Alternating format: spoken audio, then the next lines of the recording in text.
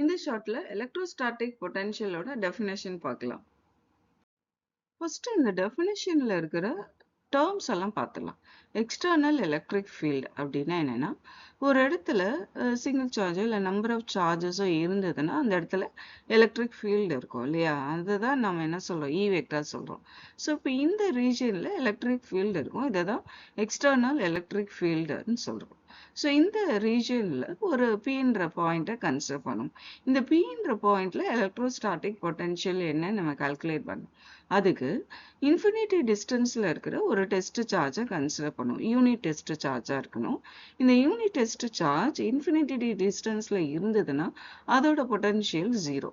இந்த unit test charge ஒரு uniform வெலாசிட்டியில இந்த பீன்ற பாயிண்ட்டுக்கு மூவ் பண்ணணும். அப்படி மூவ் பண்றப்போ ரிப்பல்ஷன் இது இந்த பாயிண்ட்டுக்கு வந்ததுன்னா ரிப்பல்ஷன் இன்க்ரீஸ் ஆகும். ஏன்னா லைட் சார்ஜஸ் இல்லையா, அதனால ரிப்பல்ஷன் இன்க்ரீஸ் ஆகும். அந்த ரிப்பல்ஷனையும் மீறி இந்த யூனிட் டெஸ்ட் சார்ஜை இந்த பி பாயிண்ட்டுக்கு கொண்டு வரதுக்கான ஒர்க் டன் தான் நம்ம என்ன சொல்றோம், எலக்ட்ரோஸ்டாட்டிக் பொட்டன்ஷியல். அந்த ஒர்க் டன் நம்ம எக்ஸ்டர்னல் ஃபோர்ஸ் மூலயமா தான் பண்ண முடியும். ஸோ இதை தான் நம்ம எலக்ட்ரோஸ்டாட்டிக் பொட்டன்ஷியல் சொல்றோம். இப்போ டெஃபினேஷன் பார்க்கலாம்.